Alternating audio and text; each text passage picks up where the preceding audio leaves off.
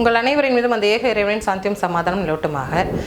சமீபத்தில் ஒரு சர்ச்சையான விஷயம் நடந்துட்டுருக்கு. அதாவது விடுதலை சிறுத்தை கட்சியினுடைய தலைவர் திருமாவளவன் அவர்களுடைய வண்டி மேலே ஒரு சங்கி வேணுமென்ட்டு திட்டமிட்டு வண்டி இடிக்காத நிலையில் வண்டி இடிச்சிட்டேன்னு சொல்லிட்டு தேவையில்லாத சர்ச்சையை உருவாக்கி ஈழ்ச்சி தமிழர் அவர்களை இழிவுபடுத்துறேன்ற பேரில் சில வேலைகளை திட்டமிட்டு நடத்திட்டு இருக்காங்க. முதல்ல அந்த சங்கி பயலை பற்றி பார்க்கணுன்னா அவன் மேலே 1008 அலிகேஷன் இருக்குது. முதல்ல அவன் வழக்கறிஞரே கிடையாது. அதை நம்ம அப்புறமா பார்ப்போம். ஆனால் சில ஊடகங்கள், அதாவது இந்த சவுக்கு சங்கர் அந்த மாதிரி ஆளுங்கள்லாம் என்ன பண்ணுறாங்கன்னா, இந்த மாதிரி அரசியல் தலைவர்களை பற்றி பேசுறதுக்காக வேண்டிய பணத்தை வாங்கிக்கிட்டு தேவையில்லாத கருத்து சொல்கிறன்ற பேரில் அவதூறுகளை பரப்பிட்டு இருக்காங்க. சவுக்கு சங்கர், நான் கேட்குறேன், சவுக்கு சங்கருக்கு வேலை வெட்டி எதுவுமே கிடையாது, எந்த வருமானமும் கிடையாது.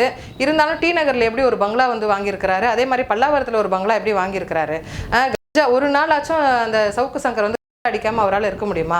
இந்த மாதிரி இழிவான அசிங்கமான செயலை செய்யக்கூடிய ஒரு நபர் பணத்துக்காக வேண்டி, முழுக்க பணத்துக்காக வேண்டி ஒரு தமிழ்நாட்டுடைய அரசியல் சக்தியாக உருவாகி இருக்கிற திருமாவளவன் அவர்களை இந்த மாதிரி இழிவாக கருத்து சொல்கிறன்ற பேரில் பேசியிருக்காரு.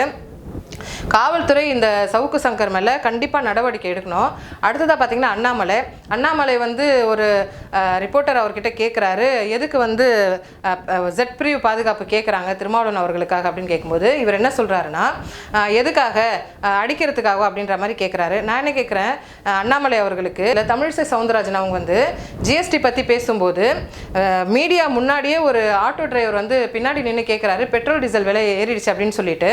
ஆனால் அத்தனை மீடியா இருக்கும்போது அவங்க முன்னிலையில் தமிழிசை சவுந்தரராஜன் பேசிகிட்டு இருக்கும்போது பின்னாடி பேசிகிட்டு இருந்த அந்த ஆட்டோ ஓட்டுநரை அடித்து அவங்களுடைய கட்சி ஆளுங்க, பிஜேபி ஆளுங்க கூப்பிட்டு போனாங்களே, அப்போ அண்ணாமலை எங்கே இருந்தார், அப்போ பேசுகிறதுக்கு எங்கே போயிட்டார் அவர்?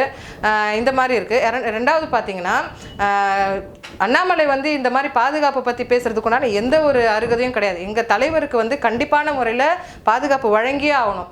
எங்கள் தலைவர் இது வரைக்குமே எங்கேயும் பாதுகாப்பு கொடுங்கன்னு எங்கேயும் கேட்டது கிடையாது. நாங்கள் தான் கட்சியில் இருக்கிற நிர்வாகிகள் எல்லாரும் அவருக்கு பாதுகாப்பு வேணுன்ற மாதிரி நாங்கள் தான் கேட்குறோம். ஆனால் உன்ன மாதிரி ஒரு அசிங்கமான வேலையை நாங்கள் செய்யலை.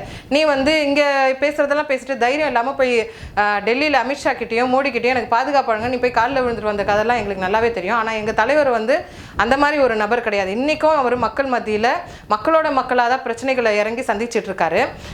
இன்னொரு கூடுதலான ஒரு விஷயம் சொல்லணும்னா, உன்னுடைய கட்சியிலே இருக்கக்கூடிய தொப்பி போட்டு இஸ்லாமிய தோற்றத்தை காட்டக்கூடிய ஒரு வேலூர் இப்ராஹிம் என்ற ஒரு சங்கி நாய், அவனை கேட்கறதுக்கு உனக்கு துப்பு கிடையாது. அவனுடைய மகன் இன்னைக்கு கஞ்சா கேஸில் மாட்டியிருக்கிறான், அதை கேட்கறதுக்கு உனக்கு துப்பு கிடையாது. நீ அடுத்தவங்களை பற்றி நீ பேசுகிற.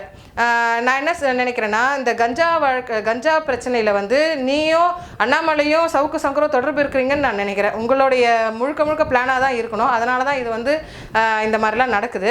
அதனால் காவல்துறைக்கு நான் என்ன கேட்டுக்கிறேன்னா, இந்த மாதிரி அவதூறு பேசக்கூடிய சவுக்கு சங்கர் மேலேயும் தேவையில்லாமல் தலைவர் திருமாவளவன் மேலே இந்த மாதிரியான அபாண்டமான அடிக்கிறதுக்காக உதைக்கிறதுக்கு அந்த மாதிரி ஒரு நாகரிகம் இல்லாமல் பேசக்கூடிய அண்ணாமலை இவங்க மேலெல்லாம் கண்டிப்பாக தயவு செய்து காவல்துறை அவங்க மேலே நடவடிக்கை எடுக்கணுன்ட்டு நான் இதன் மூலியமாக கேட்டுக்கிறேன்.